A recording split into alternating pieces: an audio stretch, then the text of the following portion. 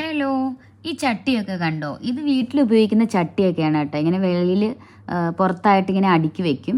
ആവശ്യമുള്ളപ്പോൾ എടുത്ത് യൂസ് ചെയ്യും. കുറേ ചട്ടിയുണ്ട്.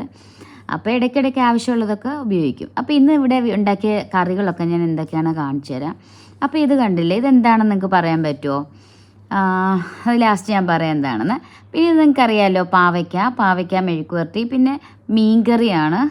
മീൻകറി നമ്മുടെ നെത്തോലി മീൻകറി ആയിരുന്നു കേട്ടോ. പിന്നെ മോര് കാച്ചിയത്, അല്ലെ പുളിശ്ശേരി. അതിൻ്റെ അകത്ത് നമ്മളുടെ വെള്ളരിക്കയൊക്കെ ഇട്ടിട്ടുണ്ട്. പിന്നെ ഇഞ്ചിക്കറി ഉണ്ടായിരുന്നു.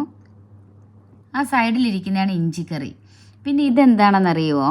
കൂമ്പില്ലേ, വാഴക്കൂമ്പും പയറും കൂടെ ഇട്ട ഒരു തോരനാണ്. നിങ്ങൾക്ക് ഇഷ്ടമാണോ ഈ തോരൻ?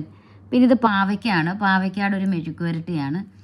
അത് കഴിഞ്ഞിട്ട് ഇഞ്ചിക്കറി ഉണ്ടായിരുന്നു കേട്ടോ. അപ്പോൾ ഇതൊക്കെയായിരുന്നു നമ്മളുടെ ഉച്ചയ്ക്കത്തുള്ള ഊണ്. എന്താ, ഇഷ്ടമായോ?